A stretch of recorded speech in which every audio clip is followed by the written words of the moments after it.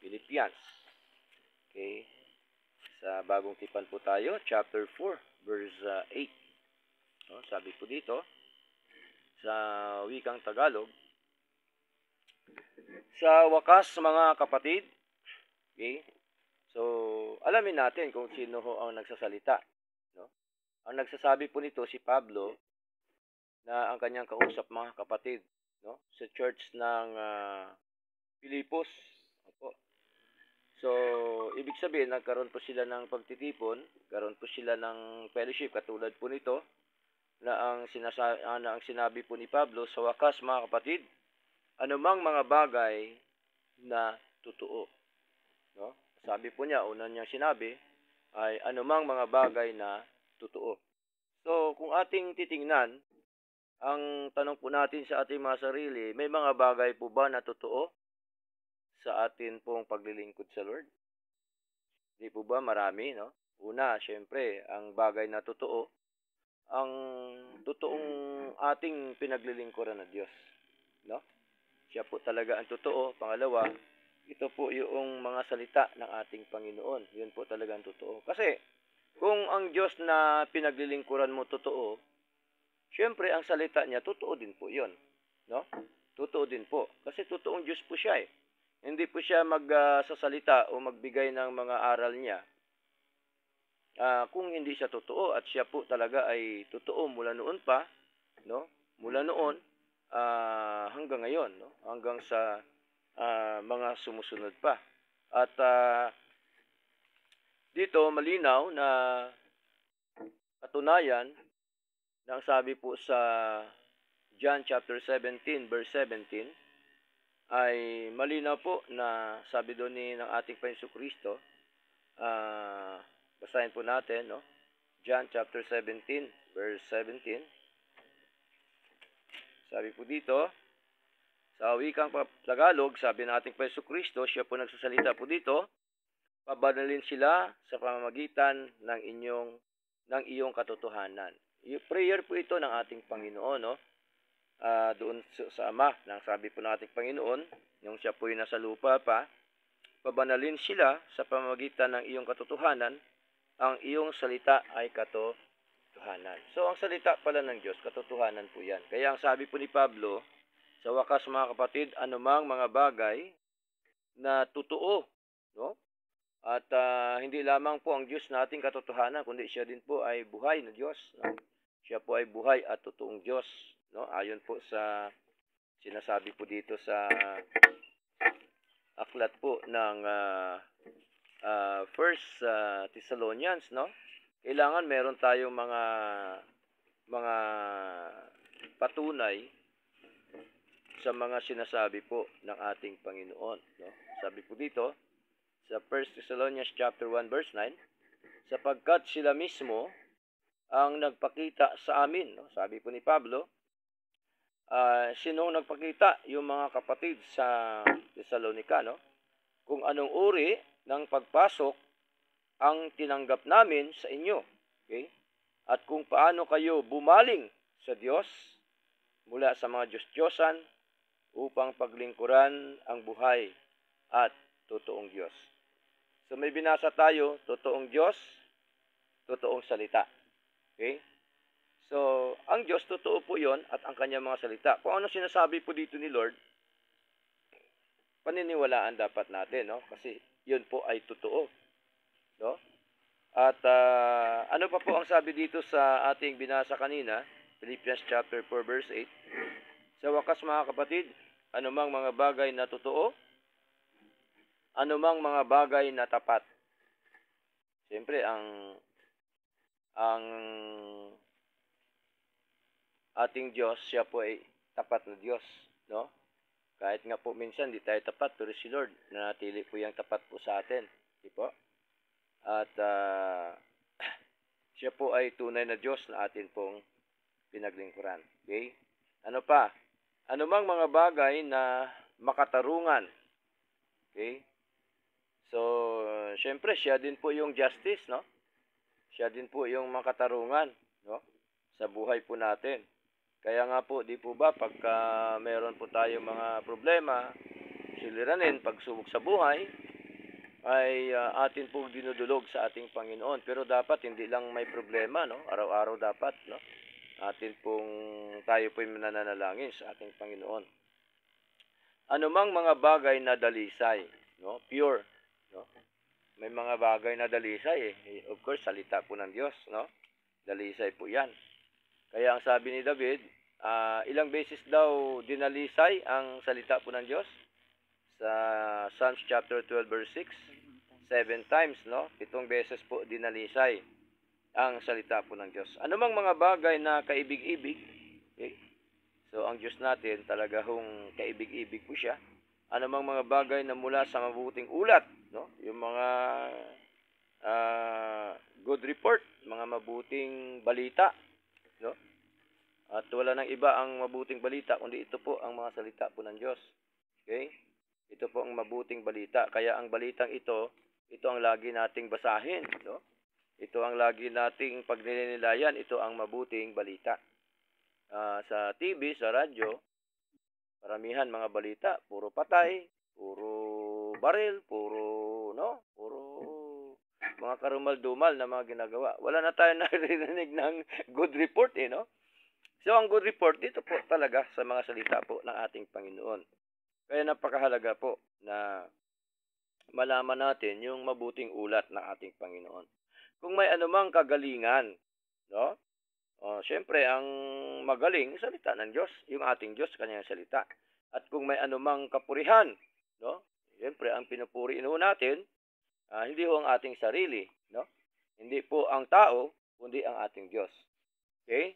Sana pa po ay isipin ang mga bagay na ito. Ito lang pala dapat ang iisipin natin, no? Yung mga bagay na ito. Kaya nga, di po ba ang sabi po sa aklat ng Colossus chapter 3 verse 2, no? Anong iisipin natin, mga kapatid? Colossians chapter 3 verse 2. Meron pong binabanggit ang ating Panginoon sa pagitan po ni Pablo. Colossians chapter 3 verse 2, no? Sabi po dito sa wikang Tagalog, ituon ang inyong pagmamahal sa mga bagay na nasa itaas, no? Set your affection on things above. No, ituon na natin ang ating kaisipan, ang ating pagmamahal, no? Sa mga bagay na nasa itaas. Pag sabing nasa bagay nasa itaas, baka isipin po natin na nasa itaas ng mangga, no? Nasa itaas ng tar-apple, no? Nasa itaas ng puno ng kahoy. Hindi pag sinabing itaas, dito sa banal na kasulatan, ay yung mga bagay na espiritual ng ating Panginoon. Okay? Yan po yung tinutukoy po dito. At ang sabi ho dito, huwag sa mga bagay na nasa lupa. So, paano yun, Pastor? Dito pa tayo sa lupa. So, ang tinutukoy lamang ng ating Panginoon, ito po yung mga bagay na espiritual na dapat po natin talaga isipin. Kasi kung ang isipin natin lagi, no, ang mga bagay dito sa lupa, minsan, ang tao, pagka iniisip lagi yung mga bagay sa lupa, minsan ang tao nagiging sakit, no? Nagiging wala ang ibang ginagawa kundi puro lang sa sarili, wala na po sa Lord, no? Hindi na po nagagawa yung mga kalooban ng ating Panginoon. Yun po yung ibig sabihin na isipin ang mga bagay na nasa itaas, no? Ibig sabihin tungkol sa Panginoon. Ibig sabihin po niyan. Kaya po, yun ang ating iisipin dapat. Kaya ito po ang sinasabi po ng ating Panginoon sa pamamagitan po ni Pablo nang sabi niya ay isipin ang mga bagay na ito. Okay? Kasi mga bagay na ito, mga spiritual na bagay, no? Ating kanina binasa, no? Tungkol sa ating Panginoon at sa kanyang mga salita. Now, verse 9, ang mga bagay na yaon ay inyong kapwa natutuhan.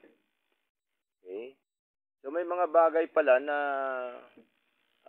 natutunan natin sa ating Panginoon. No? Hindi ninyo natutunan sa akin, kundi sa Panginoon.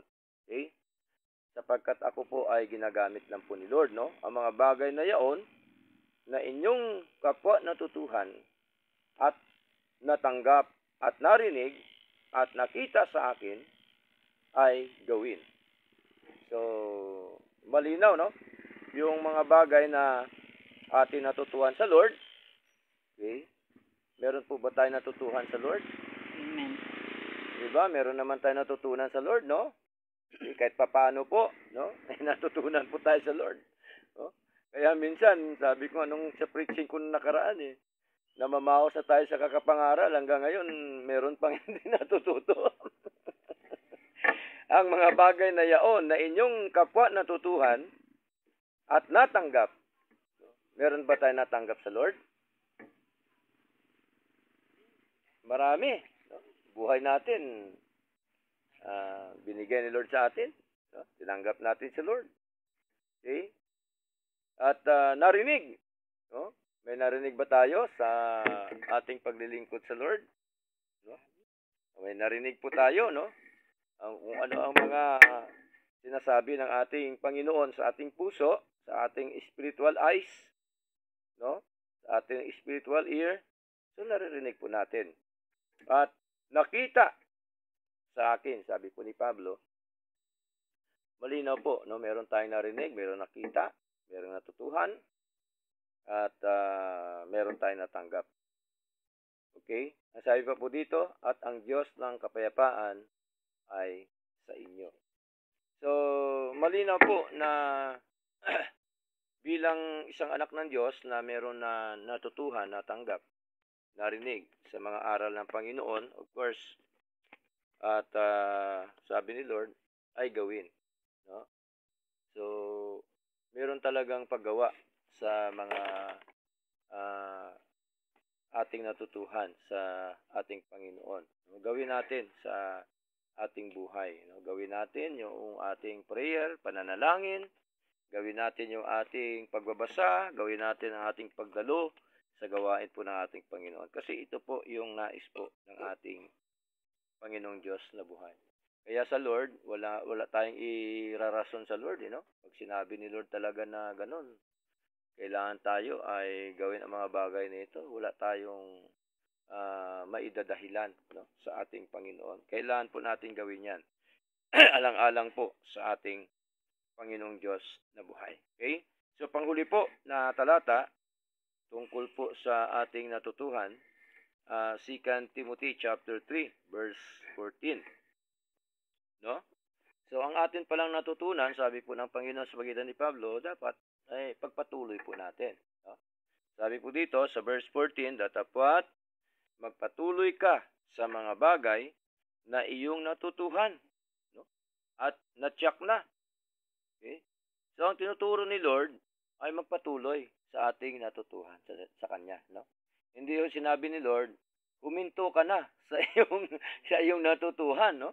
Hindi niya sinabi na huminto na tayo, kundi magpatuloy Di po ba? So, napakahalaga na tayo po ay magpatuloy, no? At hindi dapat tayo mapagod sa atin pong paglilingkod sa Lord. Okay? Kasi ang atin pong pinaglingkuran, walang iba kundi ang ating Panginoon. Okay? Dapat magpatuloy ka sa mga bagay na iyong natutuhan. So marami ho tayong natutuhan tungkol po sa ating Panginoon at natsak na nalalaman kung kanino mo natutuhan ang mga ito. So dapat lagi nating isaisip, isapuso ng ating natutuhan, no, galing po sa Panginoon. Tama po? No? Hindi po galing sa kay pastor kasi ang salita na ito, salita po ng Diyos, hindi po akin to salita, no? Ay ito po ay akin lamang pong pinapahayag para po ang mga anak ng Diyos ay manatili po sa paglilingkod sa Panginoon, hindi ho mawala, no? Hindi po hihinto kundi magpatuloy sa ating Panginoong Diyos na buhay. At ang paglilingkod po sa Lord, hindi po ito tinatawag na para bagang nakakainip, no? Para bagang feeling nila hindi masaya, hindi ho. Kasi ang paglilingkod sa Lord, hindi naman yan bumabase sa iyong naramdaman, kundi bumabase yan sa nais at kalooban po ng ating Panginoon. Di po ba? No? Kasi magkaiba po kasi talaga ang ating naramdaman kaysa kalooban, kaysa nais po ng ating Panginoon. Kaya ang ating ginagawa ay ang nais po ng ating Panginoon. Kasi kung ating sarili lamang susundin natin, palagay ko nasa mundo na tayo, di po ba? Pero bakit po ang sinusunod natin ay ang Panginoon? Sapagkat ito po kasi ang kalooban, no, ng ating Diyos na buhay. At ayaw po natin na ang buhay po natin ay mapariwara. No, katulad po sa kapitbahay nila nanay, no? Mapariwara. Ayaw po natin na ang buhay po natin ay para bagang isang patapon na, no?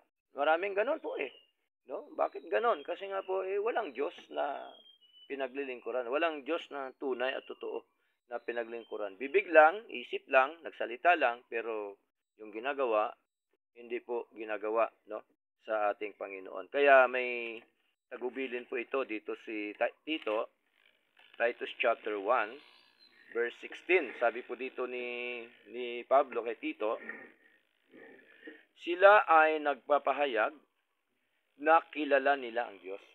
No, may mga taong ganoon marami po No, pagka kausapin mo tungkol sa Diyos, kilala ko ang Diyos.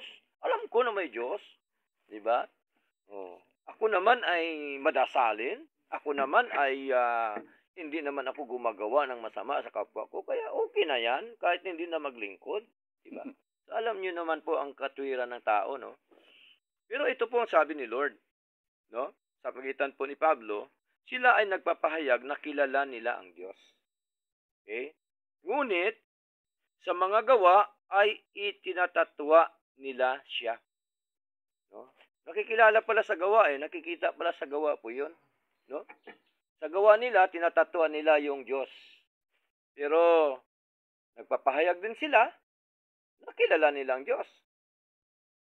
Pero sa atin bilang Kristiyano, kilala natin ang isang tao na maka-Diyos kung ginagawa niya ang kalooban ng Diyos. Di po ba?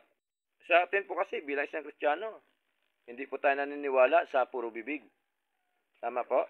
Naniniwala tayo with action po yon, ginagawa niya yung kalooban po ng ating Panginoon. Kaya anong sabi pa po dito? Bilang mga karumal-dumal. Tingnan niyo po, no? Ang tawag pala ni Lord dyan, yung mga nagpapahayag na kilala nila ang Diyos pero hindi naman ginagawa ang kalooban ng Diyos, ang tawag pala ni Lord dyan ay karumal-dumal na mga ginagawa. Tingnan niyo po, ano?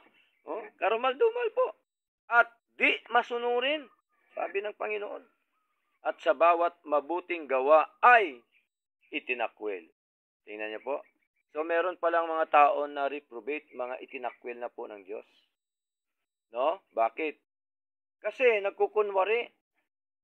Kilala daw nilang Diyos, pero hindi naman ginagawa yung kalooban po ng ating Panginoon. Kaya tuloy, dahil sa kanilang pagkukunwari, dahil sa kanilang pagiging plastic sa Lord, ang ginawa ni Lord, itinakwil sila ngayon. Pinabayaan na sila ni Lord. Tama po? Kaya ito ngayon nakikita natin mga tao na napariwara sa buhay. No? Sa mundong ito, natin po ginagalawan. Kaya salamat sa Diyos dahil tayo po ay tinuruan ni Lord na magpatuloy po sa paglilingkod sa ating Panginoon at patuloy natin na gawin ang nais po at kalooban po ng ating Panginoon. Katulad po nito ngayon, tuloy-tuloy lang po tayo kasi ginagawa natin yung kalooban po ni Lord, no? Hindi ko naman ito kalooban Kasi kung sundin ko lang yung aking kalooban, wala na ako dito. Tama po? Bakit nandito tayo? Lahat. Kasi ginagawa natin ang kalooban po, no, ng ating Panginoon. Okay? Maring minsan iniisip natin, bakit si pastor nagtsatsaga dyan? Wala namang mapapala si pastor dyan, di ba ba? Bakit tayo nagtsatsaga? Kasi nagtsatsaga tayo para sa Lord. Tama po? Amen. Ginagawa natin para sa Lord ito. Hindi po para sa sarili po natin. Okay? So, purihin po Panginoon, nawa ay na-enlighten po tayo ng mga salita ng Diyos. Nawa ay nakita ho natin kung gaano po kahalaga ang paglilingkod, no, sa ating Panginoong Diyos na buhay. Okay? So, yun lamang po. Nawa tayo po ay pinagpala na mga salita po ng Diyos.